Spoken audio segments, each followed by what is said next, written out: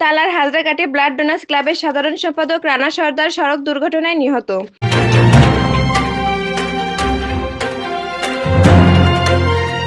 আসসালামু আলাইকুম। দর্শক সকলকে আমন্ত্রণ জানাচ্ছি বিবিআর নিউজে। স্টাফ রিপোর্টার জহর হাসান সাগর এর পাঠানো তথ্যচিত্রে বিস্তারিত নিয়ে সাথে আছি আমি আফসানা জাফর মিম। সাতক্ষীরার তালা উপজেলায় সড়ক দুর্ঘটনায় রানা সর্দার নামে এক যুবক নিহত হয়েছেন।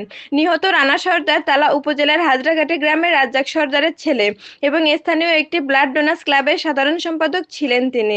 স্থানীয় সূত্রে জানা যায়, মঙ্গলবার 13ই জানুয়ারি সকাল আনুমানিক 9টার দিকে তালা উপজেলার তালা তেল পাম্পের সামনে এ দুর্ঘটনা ঘটে।